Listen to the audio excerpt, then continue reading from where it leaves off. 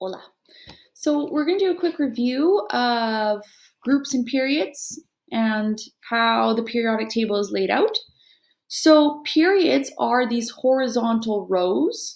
So I want you to think that if you're reading text, okay, from left to right, that everything ends with a period, okay? So these horizontal rows, they are called periods, and we have 7 of them, 1 to 7. So where hydrogen and helium sit up here in red, that's period number 1. And then where lithium and beryllium sit in orange, and then your nitrogen, oxygen, that is period number 2.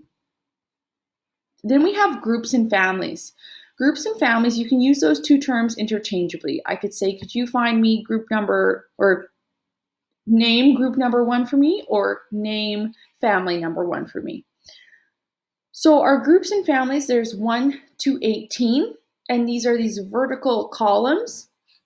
So they go up and down, and they help break up the periodic table into metals and non-metals.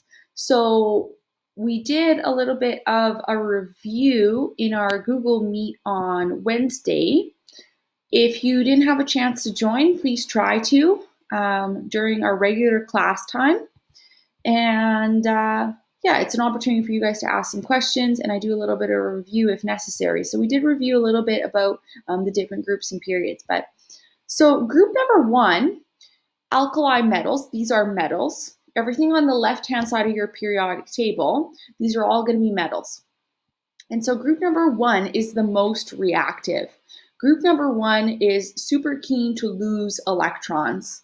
And so if we were to draw something like lithium, for example, lithium is the 3rd element on the periodic table, and it will have 3 protons and 3 neutrons and 3 electrons.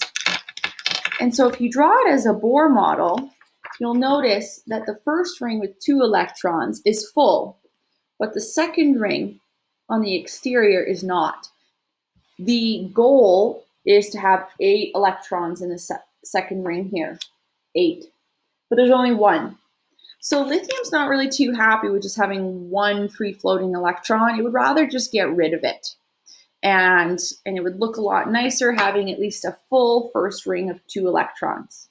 So lithium is highly reactive, and anything in group number 1 will have 1 individual electron in its outer ring. And it's most reactive because it wants to get rid of that electron. And so it only does that if it chemically reacts with another element. It has to find another element to take that electron off its hands. It can't just give it up to nothing. It needs another element to take it. So anything in group number 1 is very reactive. These are all metals, and they're all highly reactive. Group number 2 are also metals, alkaline earth metals, and they're the second most reactive. And the reason being is because if we were to draw something like a beryllium, well, it's number 4 on the periodic table. It'll have 4 protons, 4 neutrons, and then 4 electrons. And so 2 electrons in its outer valence is still inconvenient, nothing close to 8. Okay? So what beryllium's going to want to do is find an element that's willing to take 2 electrons off its hands.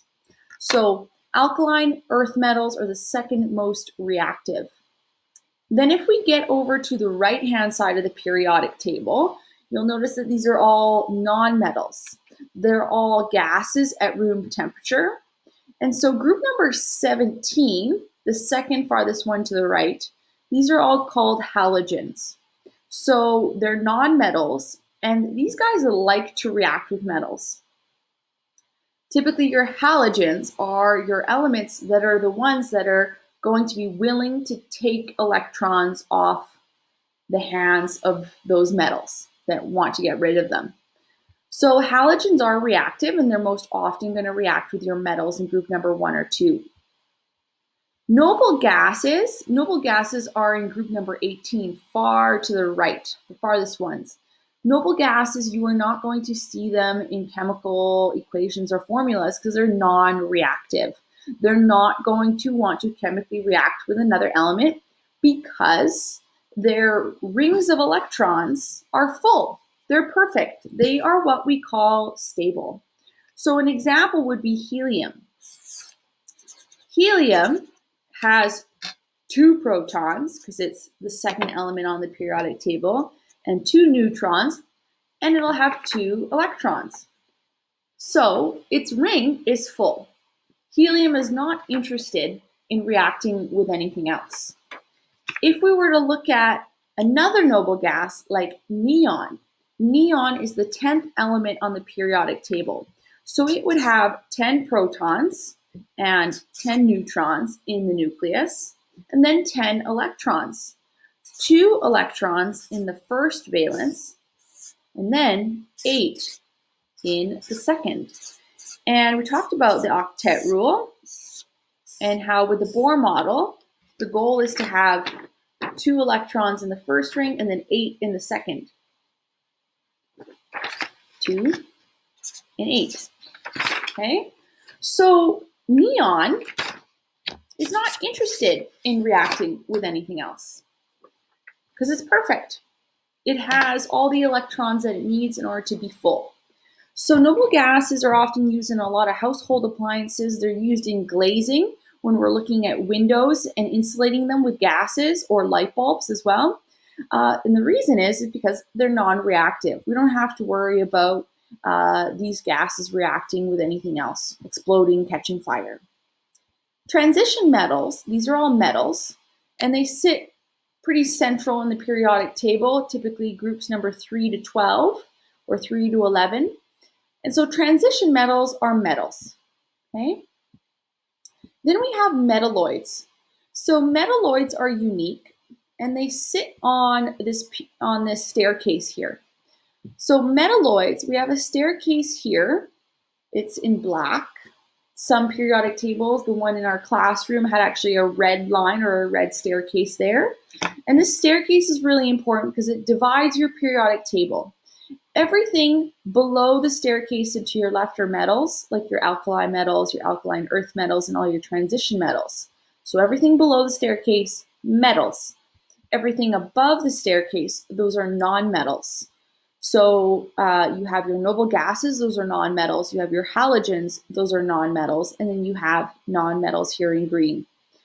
So everything below the staircase to your left, metals. Everything above the staircase to your right are nonmetals. Now the unique thing is that any element that is touching this staircase, like boron and silicon and germanium and arsenic, these are what we call metalloids. And they're called metalloids, and what that means is that they have characteristics or properties that are similar to metals and nonmetals. So they're a little bit of both. The only exception here is aluminum. Aluminum is touching the staircase, but you see that it's not in purple, and that is because it is a metal. So you know aluminum, tinfoil, it's a metal. So it's the only exception. But any other element touching that staircase is considered a metalloid. Okay? You guys had your activity where you needed to label the periodic table according to the different groups. So I hope you completed that. And then this week, we're going to look at this little old review. We're going to look at compounds. So we're going to start looking at when you have more than one element bind together that will make a compound. Okay? So I hope you guys have a great week. And join our Google Meet on Wednesday during regular class time, and email me or comment if you have any questions. Thanks.